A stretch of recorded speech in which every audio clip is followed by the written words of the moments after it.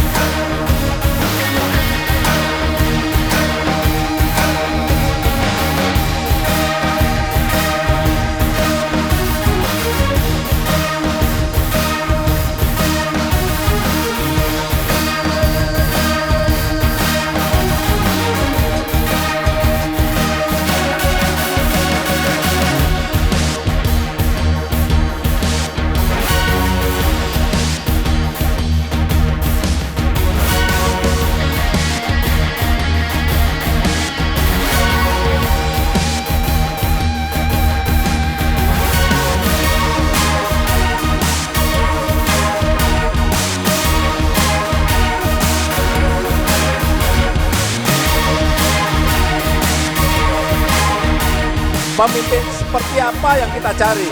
Hati-hati, hati-hati. Saya titip hati-hati. Memilih pemimpin, hati-hati. Pilih pemimpin yang ngerti.